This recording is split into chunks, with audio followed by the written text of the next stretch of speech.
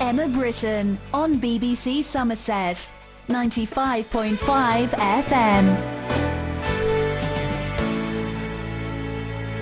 Now, 10 years ago, my next guest couldn't speak because his stammer was so bad. Now, he helps to turn people's lives around. People like X Factor's Gareth Gates by teaching the McGuire Programme. It was the subject of a documentary on Channel 4 on Friday night called The Stuttering School. Well, Matt Wilton lives in Ashcott here in Somerset, and he's the Regional Director of the McGuire Programme here in the South. Morning, Matt. Good morning. Good to have you here this morning. What was your life like 10 years ago? It was pretty tough, really. You know, school was very hard for me. I found that my stammer really stopped me from, in some cases, attending lessons. Like English, knowing I would have to read at certain times, and knowing my surname was Wilton, I knew I was at the end of the register as well, and having to speak, even to say a simple word like yes sir, was very difficult for me. And yes, school and college times were really tough, and I wouldn't ever have spoke on the telephone. No way at all. I mean, if I knew someone, then that would help with the pressure, and I may be able to speak. But it was just very tough for me in the early days of my life, and even when I first got a job in Tesco's, it was very tough, and I wanted to work on the night team to avoid contact with people, really. You know? Gosh. And so we're only going back 10 years when you, so it's been the last 10 years that you've been coping better because of the McGuire Programme. Yes, it was 1998 actually, so a little bit longer than that I first joined the McGuire Programme on a course in Swindon. Also with my brother, who's also got what we call a covert stammer, which means we get really good at hiding our stammer. We get really good at avoiding certain word sounds and situations to make people think that we're fluent, but really we're not, and all we're doing is hiding our stammer all the time. So yeah, this course, it was a tough course, there's no doubt about it, but it's definitely changed my life. What does the course involve? What do you have to do?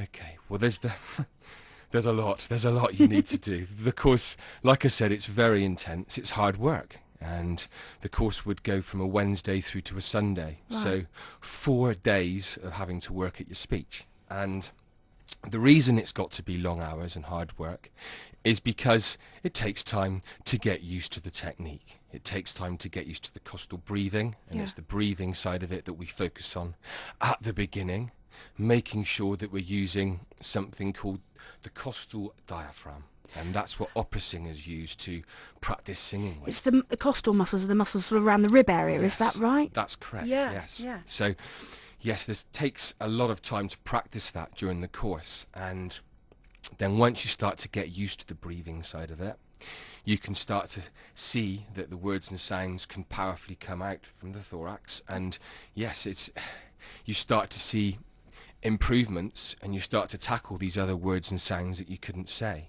But we focus on not just the diaphragm, we also focus on any tension you could get in your articulators. So these are the muscles around the mouth? Yes, yes. Right. And also your vocal cords in your neck, that some stammerers find that when they block, that becomes a big problem. What were the words that you struggled with? Well, I couldn't ever ask for a battered sausage in a chip shop. Couldn't say the word battered. So I'd always say, "Excuse me, can I have sausage and chips?" And the lady would say, "Well, would you like a battered or a plain sausage?" And I'd say, "Oh, I don't like plain." So just to totally get around having to say that feared word, a word that I wouldn't have ever said in the past. So when you, as part of the programme, started to tackle some of those words, how did you feel about being able to say them? Wow, yeah, I think it was quite incredible, really. I mean, it did take time. It does take time, and I can remember being on the course and being frustrated that the technique wasn't happening as quick as I'd like, and comparing myself to others and thinking, oh, he's really overt, really severe, he can see him improving quicker than me, and things like that, instead of what I tell people is to focus on yourself, you know, and then let us help you to move forward in that way. But yeah, to be able to say words and sounds, I can remember my first course and going home, being very emotional, and thinking, well, gee, I need to prove to myself that I can actually move forward in life. So I went back to Tesco's, and my manager then had a chat with him.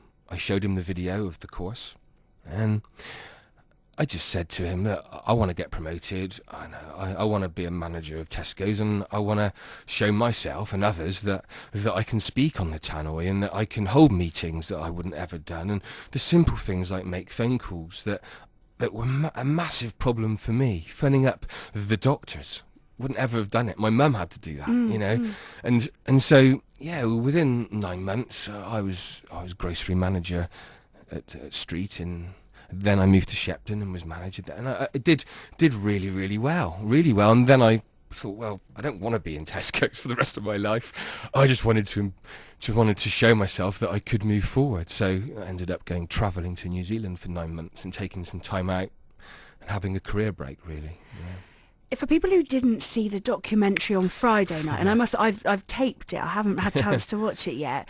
What did it show? Because you often worry with sort of documentaries or reality TV that it can show the most extreme cases.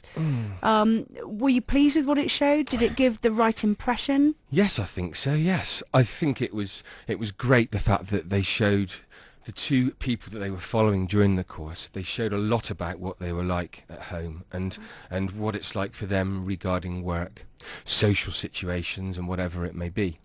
And there wasn't a lot of feature on the programme itself regarding the tools we use, etc., etc., because a lot of it's very hard to understand and very hard to get across.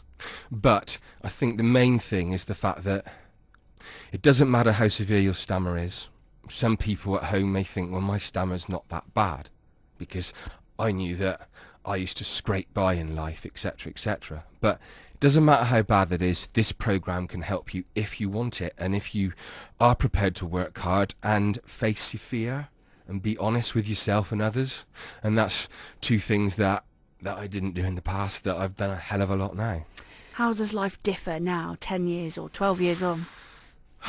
Gee, these questions. That's a tough one. Well, it's obviously changed a hell of a lot. I got qualified as a youth worker, and as we've been talking about, I run the McGuire Programme in the UK South, and just thinking about phoning up inquiries and giving them the belief that this programme can help change their life if they want it enough, then that's incredible to think on the other side of the coin. And I've also set up my own company helping fluent speakers with low confidence issues, and confidence was a big thing for me during my days of not being able to control my stammer. So it's definitely swung around big time, And is it very rewarding for you? Oh, yeah.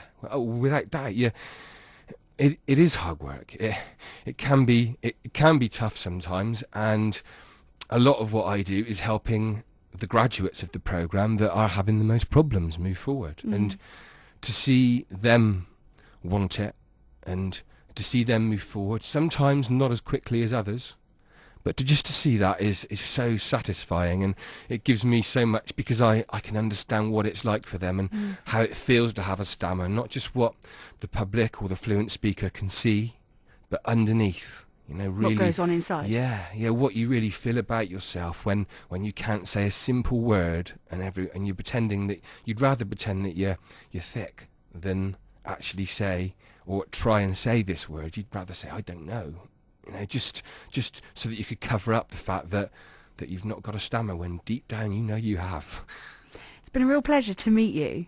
Thank you. And Thank you. I know that with your work here in the South, people can find out more through the McGuire Programme website, can't they? Yes, that's right. The McGuire Programme website is www.McGuire, spelt McGuire, Programme, PROGRAMME.com, and the free phone number is 0800 917 6579. I don't know if you could say that again sometime during the morning. We will do. Very good to meet you this morning, Matt. Thanks for coming in and telling us about it.